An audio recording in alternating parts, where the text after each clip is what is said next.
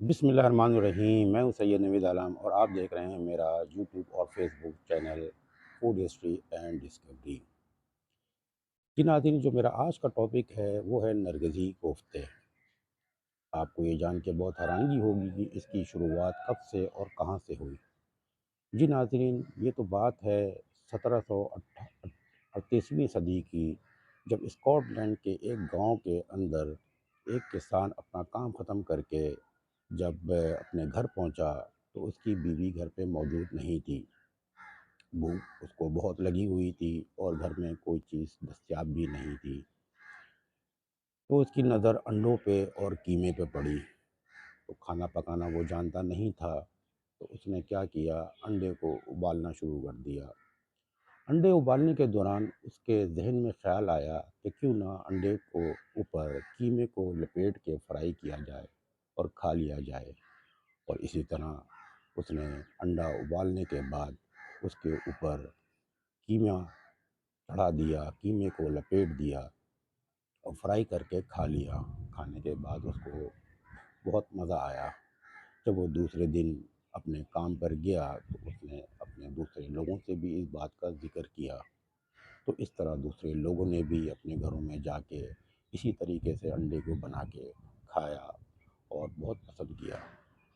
اور یہ بات آہستہ آہستہ پورے اسکاٹ لینڈ میں پہنچ گئی اور سب لوگوں نے اس کو کھانا شروع کر دیا۔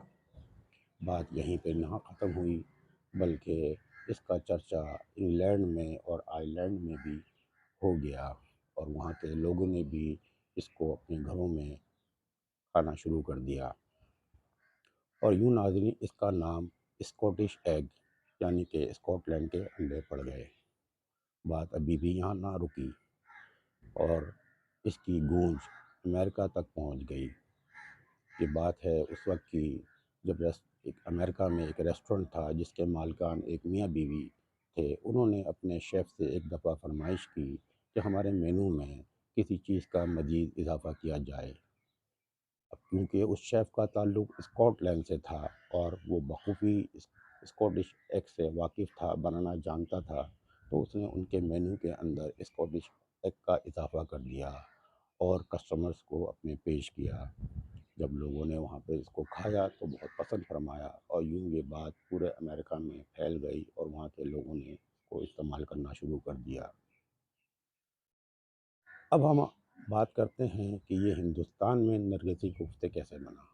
جی ناظرین، جب انگریزوں نے ہندوستان میں اپنا قبضہ کر لیا تو اپنے وہ روزمرہ کے استعمال میں اسکاٹش ایگ بھی کھایا کرتے تھے۔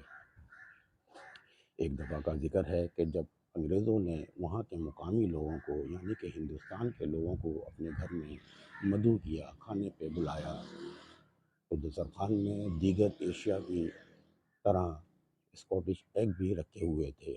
جب وہاں کے مقامی لوگوں کی نظر اس اسکاٹش ایگ پہ پڑی تو پہلے تو وہ بہت حیران ہوئے کہ اتنے بڑے سائز کا کوفتہ کیسے ہو سکتا ہے۔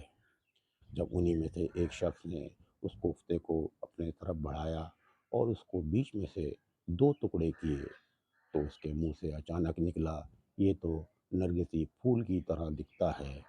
جیسا کہ آپ جانتے ہیں کہ نرگسی پھول اندر سے زرد مائل رنگ کا ہوتا ہے اور باہر سے سفید رنگ کا ہوتا ہے۔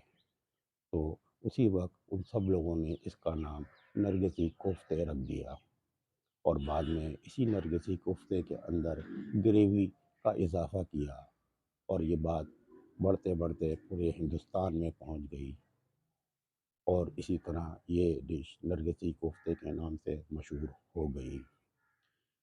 تو ناظرین، یہ تھی میری آج کی معلوماتی ویڈیو۔ امید ہے کہ آپ کو میری دی گئی معلومات پسند آئی ہوں گی۔ اگر آپ سمجھتے ہیں کہ آپ کے علم میں اضافہ ہوا ہے تو میرے چینل کو لائک کریں، سبسکرائب کریں اور بیل آئیکن کو کلک کریں تاکہ میری آنے والی تمام ویڈیو آپ کو بر وقت پہنچ سکے۔ اپنے اور اپنے گرد نواح کے لوگوں کا بہت خیال رکھیں، کیونکہ اللہ کے نزدیک انسانیت سے بڑھ کے کچھ بھی نہیں۔ مجھے دیں اجازت۔ اللہ نگہبان۔